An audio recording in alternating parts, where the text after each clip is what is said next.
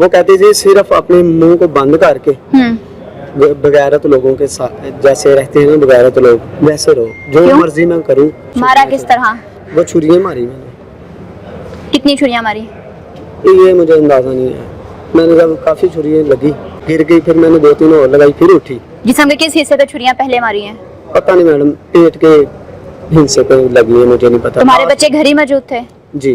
फिर उसके बाद फिर मजीद कितनी छुरियां मारी हैं? सिक्योरिटी के तौर पे इसकी वालदेन का जी मैं अपने घर की जायदाद भी मेरी बेटी के नाम लगवा दे, जेवर मेरी बेटी के नाम लगवा दे। ये चीज़ें सिक्योरिटी तो वक्ती तौर पे महसूस होती हैं, लेकिन इनफैक्ट यही वो चीज़ें होती हैं जो रिश्तों में दरार पैदा करती हैं। मेरे साथ मुल्जिम कैसर मौजूद हैं जिसने अपनी बीवी को छुरियों के वार से कत्ल किया। इससे जानते हैं कि इसने सारा वाक़या किस तरह से किया है। क्या नाम है पूरा? मेरा नाम कैसर है। पूरा नाम क्या है? वालिद का नाम क्या है? खालिद हुसैन। कैसर खालिद हुसैन है। क्या उम्र है तुम्हारी? मेरी एज तकरीबन 30 साल। 30 साल है। क्या काम करते हो? मेरा बड़ा गोशे का काम है। कसाई हो? जी। किस तरह से अपनी बीवी को मारा है? सर वो उसके किरदार अच्छे नहीं थे। तुम्हारी बीवी के किरदार अच्छे नहीं थे? किरदार अच्छे नहीं थे। कितना अर्सा हुआ था शादी को? 4 साल। कितने बच्चे हैं? मेरे 2 बच्चे हैं। क्या उम्र है उनकी? एक बच्ची है 3 साल की, एक बच्चा 6 माह का। 6 माह का बच्चा है, 3 साल की बेटी है। जी जी। अच्छा। जब से बेटी हुई है हमारे घर में झगड़ा रहता था। मैं उसे समझाता था, वो मुझे मेरे गले पर। किस बात पे झगड़ा होता था? इसी वजह से कि अपनी किरदार अच्छा करो। क्या किरदार खराब था? क्या देखा था तुमने? फोन पे सारा बातचीत थी। किससे बात करती थी? ये नहीं, जब ज्यादा देर जो है ना, एक माह में 10 दिन 15 दिन इधर रहती थी, ज्यादा अरसा उधर रहती थी। कहाँ पे? अपनी माँ बाप के घर गुजरांवाला। अच्छा। मुझे डाउट था। मैंने जब 2-3 मरतबा मैंने अपने कानों से सुनी बातचीत। क्या सुनी है? कि जो भी मकान मैंने उसके नाम लगवा दिया था अपनी बेटी के लिए, अपने घर के लिए। तुमने अपनी जायदाद, अपना घर अपनी बीवी के नाम लगा दिया था? क्या नाम है मकतूला का? उसका नाम अस्मा है। अस्मा है जी। क्यों लगवाया था अपना घर उसके नाम? पहले तो झगड़ा नहीं था, जब बेटी हो गई तो फिर झगड़ा शुरू हो गया। शादी के कितने अरसे बाद झगड़ा शुरू हुआ है? तकरीबन 1 साल बाद। 1 साल बाद। जी। वजह क्या बनती थी हमेशा? वजह यही बनती थी कि जिस कामों से मैं रोकता था वो करती थी। जब उसके माँ बाप को मैंने बुलाया तो उसकी मामा ने यही कहा था कि सब लोगों के सामने इसने ऐसे ही रहना है, इसने ऐसे ही करना है, इसने तुम्हें गाली भी देनी है। क्यों? इसने ऐसे क्या काम करती थी उसकी वालिदा ने मुंह जोर होकर तुम्हें ये चीज बोली है कि मेरी बेटी ने सारे काम करने हैं और तुमने बर्दाश्त करने हैं? बस मेरी गलती भी कोई नहीं होती थी। अगर झगड़ा होता था तो मैं उसके मामू को, सब लोगों को बुलाता था, तो उसके सामने, सब लोगों के सामने उसकी मामा ये कहती थी कि रखना है रख, नहीं रखना तो छोड़ दे। अगर इसने रहना है तो इसने ऐसे रहना है, इसने तुम्हें अपने जूते के नीचे रखना है और गाली देनी है इसने तुम्हें।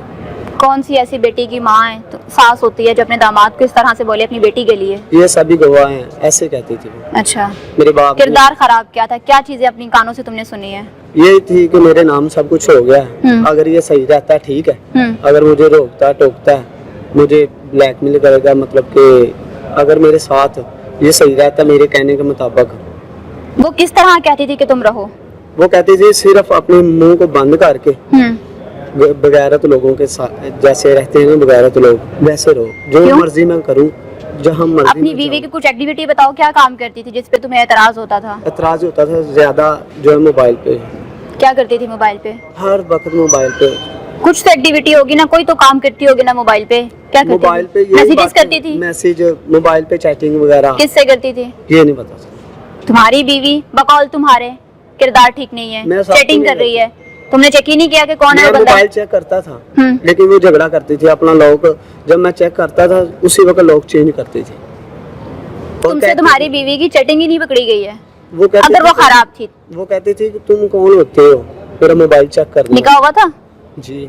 बीवी थी तुम्हारी? जी। फिर कैसे ये सब चीजें चलती रही हैं? बस वो मुझसे ज्यादा भारी थी। कैसे? मैं इतना पढ़ा नहीं था, वो ज्यादा पढ़ी थी। कितना पढ़ी हुई थी वो? उसने 14 किए हुए थे। तुमने कितना पढ़ा है? मैं 9th। जी। फिर भी बहैसियत शौहर तुम अपनी बीवी को कंट्रोल कर सकते थे अगर तुम्हें लगता था कि तुम्हारी बीवी का किरदार ठीक नहीं है? उसकी माँ की सारी सपोर्ट थी। जब भी मैंने उसको बुलाया और उसकी मामा पापा को, तो उसकी मामा ने सब लोगों के सामने यही कहा, इसने ऐसे रहना है, इसने तुम्हें गाली भी देनी है।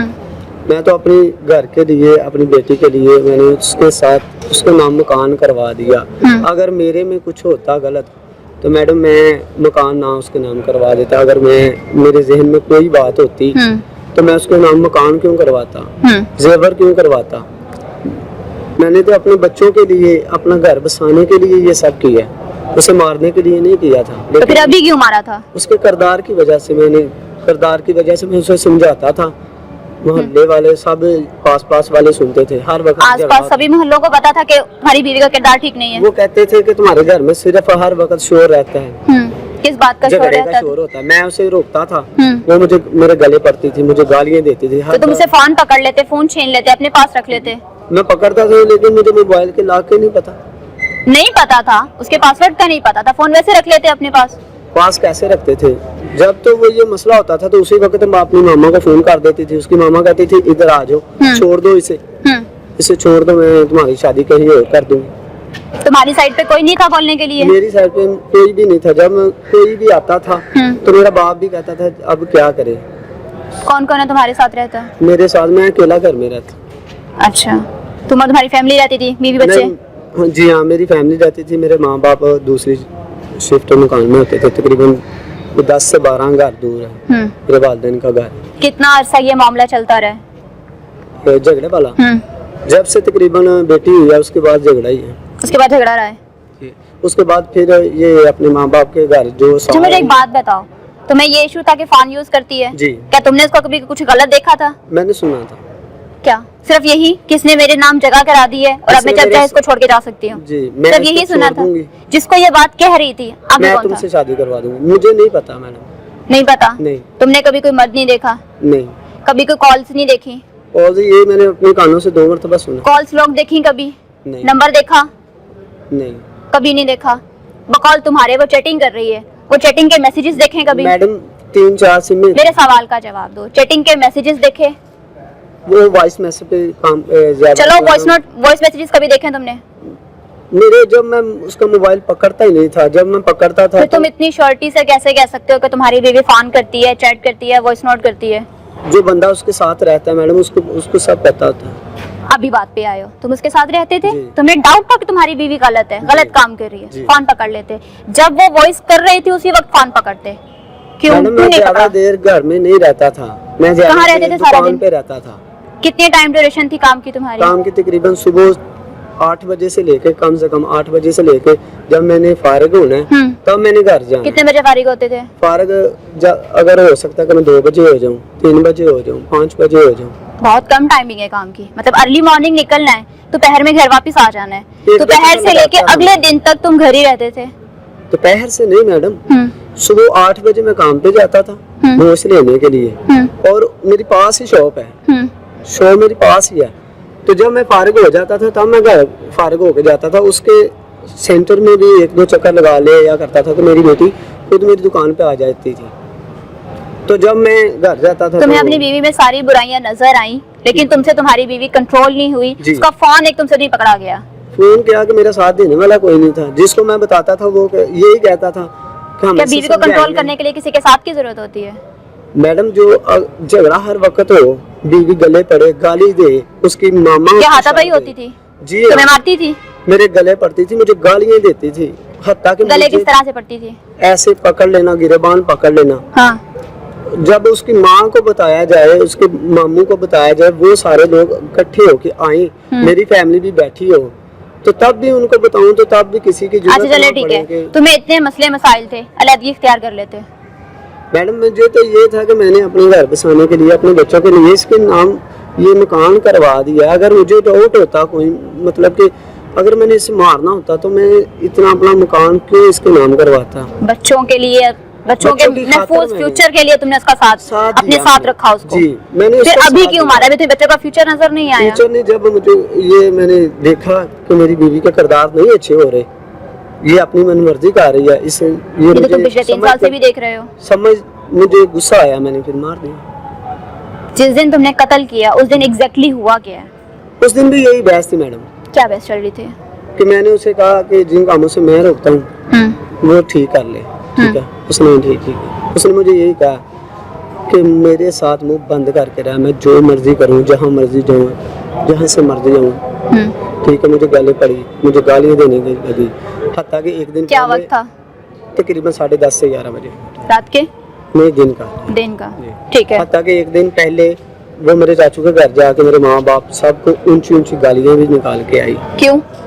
पता नहीं, मैं घर नहीं था।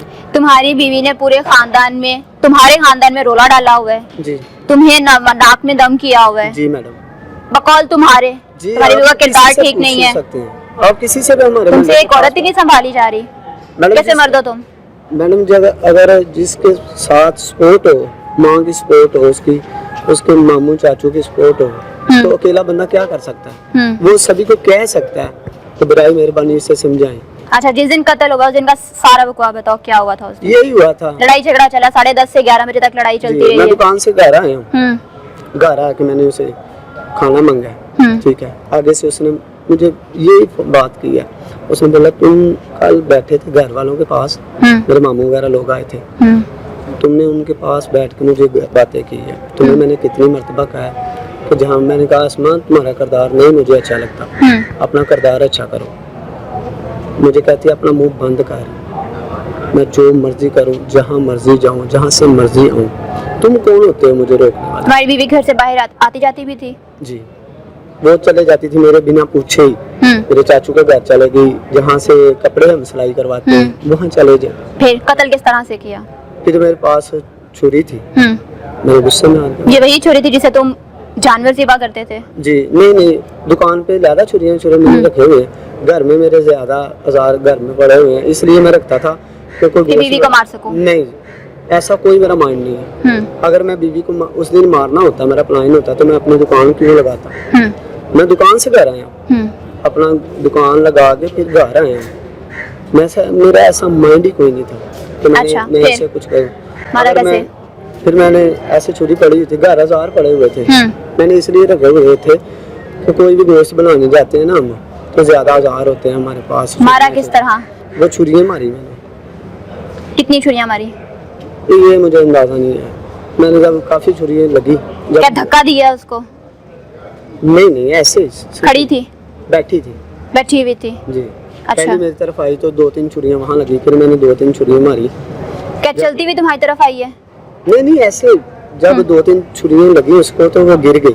अच्छा, गिर गई, फिर मैंने 2-3 और लगाई, फिर उठी। जिस्म के किस हिस्से पे छुरियां पहले मारी हैं? पता नहीं मैडम, पेट के हिस्से पे लगी है, मुझे नहीं पता। तुम्हारे बच्चे घर ही मौजूद थे? जी। फिर उसके बाद फिर मजीद कितनी छुरियां मारी हैं? तकरीबन 9-10 लगी होगी, तकरीबन 9 लगी हैं, 10 लगी हैं, कितनी लगी हैं? अनगिनत छुरियां मारी हैं। जी।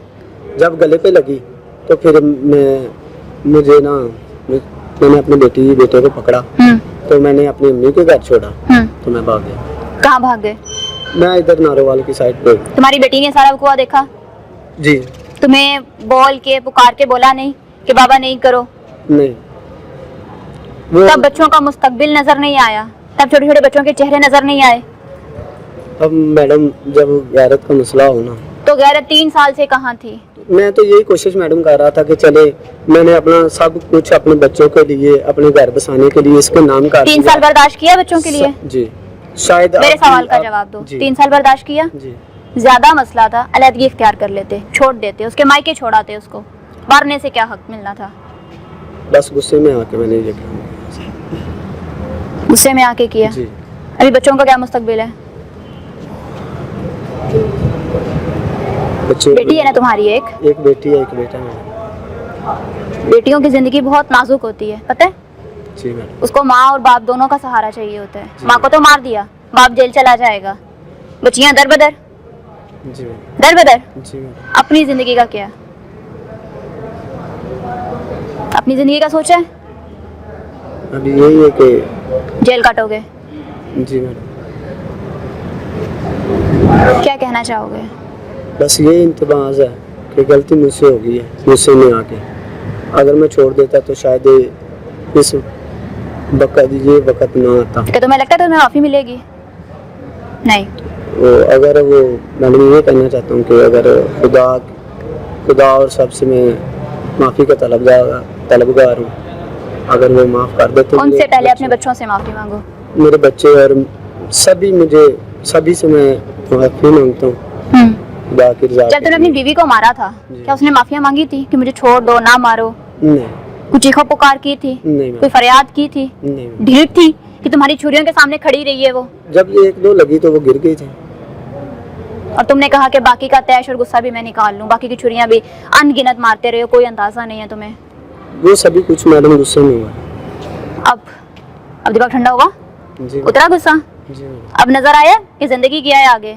जी मैम। नाज़रीन, मुल्जिम का बयान आपने सुना। यहाँ पे एक हैरत अंगेज बात जो है वो सामने आई है कि मुल्जिम का ये कहना है कि मकतूला का किरदार ठीक नहीं थी। चलते हैं इस केस के तफ्तीशी की तरफ और जानते हैं असल हकाइक। जी नाज़रीन, मेरे साथ SHO वली हसन पाशा साहब मौजूद हैं जो सिटी मुरीदके में अपनी जिम्मेदारियां सर अंजाम दे रहे हैं। इनसे जानते हैं कि इन्होंने इस केस में मुल्जिमान को किस तरह से जो है वो ट्रेस किया। अस्सलाम वालेकुम। जी वालेकुम अस्सलाम। कैसे हैं आप? जी अल्लाह का शुक्र। बिल्कुल। मुझे बताइएगा कि मुल्जिम का ये कहना है कि उसकी बीवी का किरदार ठीक नहीं था, इवन कि उसने कोई भी ऐसी एक्टिविटी जो है वो नहीं देखी, ना कोई मैसेजेस, ना कोई कॉल। क्या कहानी है ओरिजिनल? एक्चुअली मैं जब यहाँ पे तैनात हुआ तो ये कत्ल के मुख्तलिफ मुकदमात थे जो मुझे स्पेसिफिक DPO साहब शेखुपुरा जनाब जहानवाज मरवत साहब ने एक स्पेशल टास्क दे के भेजा कि यहाँ पे कत्ल के बहुत ज़्यादा मुकदमात, ओवरऑल जिस तरह आप देखते हैं कि शेखुपुरा में बहुत ज़्यादा कत्ल के मुकदमात होते हैं, तो उन्होंने एक टास्क दिया था मुझे, जो मैंने SP साहब इन्वेस्टिगेशन जनाब राना गुलामबाज साहब की हिदायत पे उनकी ज़ेर निगरानी इस टास्क को अचीव किया। ये एक्चुअली इनकी स्टोरी ये है कि इसने आज तक अपनी बीवी को इस तरह कभी भी नहीं देखा कि उसका कोई लिसिट रिलेशन हो, कभी इसने किसी को आते जाते देखा हो, कोई ऐसा मामला हो। ये बस इसका ये एक स्टांस है, इसकी ये एक मोबाइल की हद तक इसका कि मोबाइल पे वो लगी रहती थी, मोबाइल पे वो मतलब ज़्यादा एंगेज रहती थी, मुझे वो टाइम कम देती थी, घर के कामों पे तवज्जो नहीं देती थी। इसके अलावा इसके पास कोई ऐसी कोई भी बात हमें सामने जिससे उसके किरदार के बारे में ये बात सामने आए कि वो एक बदकिरदार औरत थे और इसने उसको कत्ल कर दिया। अच्छा, मुल्जिम का ये भी कहना है कि उसने अपने सारे जेवरात जो है, जो भी सोना था, जो भी पैसा था, जो भी घर था, वो अपनी बीवी के नाम लगा दिया था, क्योंकि उसकी वालिदा का ये कहना था कि मुझे अपनी बेटी की सिक्योरिटी चाहिए। बिल्कुल, ये इनके देखें घरेलू लड़ाइयाँ थी, छोटी छोटी लड़ाइयाँ थी जिस तरह घरों में होती हैं। तो इनका कोई 2-3 साल पहले भी इस तरह का मामला, जब ये बातें सामने आई कि 2-3 साल पहले इनके छोटे छोटे मामला थे जो इन्होंने एक सिक्योरिटी के तौर पे उसकी वालिदा ने कहा जी मैं अपने घर की जायदाद भी मेरी बेटी के नाम लगवा दे, जेवर मेरी बेटी के नाम लगवा दे। ये चीज़ें सिक्योरिटी तो वक्ती तौर पे महसूस होती हैं, लेकिन इनफैक्ट यही वो चीज़ें होती हैं जो रिश्तों में दरार पैदा करती हैं, यही वो चीज़ें होती हैं जो रिश्तों को एक दूसरों से दूर कर देती हैं। मेन वजह क्या थी इनकी लड़ाई की, जो लड़ाई डेली बेसिस पे होती थी? जब हमने दौरान इंटेरोगेशन जो चीज़ सामने आई है उसमें ये बात बिल्कुल क्लियर हो गई है कि इनकी छोटी छोटी घर में लड़ाइयाँ थी और बात फोकस नहीं देता था घर में। नहीं, देखिए ये बाई प्रोफेशन, ये मतलब ये कसाई है, कसाब है, या इसका अपना रीजनेबल इसको पैसे मिलते हैं, डेली लेके आता था। पैसों का कोई फाइनेंशियल ऐसा इशू नहीं था। इशू ये था इनका कि मेरी बीवी हर वक्त मोबाइल पे लगी रहती थी, मुझे उसके करैक्टर पे शक था। अब ये करैक्टर उसके हमें तो कुछ ऐसे सामने नहीं आई कि असल मैं समझता हूँ कि इनके पीछे जो वजह हो सकती है वो यही थी कि इसने अपने घर बसाने के लिए उस टाइम 3 साल पहले जो अपना घर उसके नाम लगा दिया था, अपने जेवरात उसके नाम, जब इसने महसूस किया कि तमाम मेरी चीज़ें वो तो उसके नाम जा चुकी हैं, पॉसिबिलिटी है कि इसकी मशावरत में क्यों, लेकिन तफ्तीश में भी ऐसी चीज़ को सामने नहीं आई। तफ्तीश अभी जारी है, इंशाल्लाह जो भी मुख्तलिफ क्लूज मिलेंगे वो भी सामने आ जाएंगे। फिलहाल ऐसा कोई ऐसी चीज़ नहीं है कि जो साबित करे कि ये बड़ी बदकिरदार थी, इसके घर में लोगों का आना जाना था, ये उसको रोकता था, वो बाज नहीं आती, इसने कत्ल कर दिया। अभी सिर्फ मुल्जिम के माइंड में सिर्फ इतना चल रहा था कि मेरी जायदाद जो है वो बीवी के नाम लग चुकी है, हो सकता है वो मुझे कल को छोड़ दे। बिल्कुल, इनके दरमियान ये था, इनकी बारहा कई दफ़ा लड़ाई हुई आपस में, कई दफ़ा वो जो खतून है इस्मा बीबी, वो हार्डली मतलब 26-27 की थी हार्डली। तो वो अक्सर का जो घर उसको छोड़ के वो अपने मैके चली जाती थी, वहाँ पे ज्यादा रहती थी। तो इनके शुरू से ना मतलब मसाइल चल रहे थे जो कि किसी ने इनके बैठ के सॉल्व करने की कोशिश नहीं की। एंड देन ये निकला कि एट द एंड ये कत्ल हो गया बेचारा। थैंक यू सो मच वली साहब, आपने जो है आपकी टीम ने बहुत मेहनत करके इस केस को सॉल्व आउट किया और इसका सारा सहरा ऑब्वियसली आप ही के सर जाता है। थैंक यू सो मच अपना कीमती वक्त देने के लिए। इसी के साथ दीजिए इजाजत, फिर मिलेंगे अल्लाह के बाद।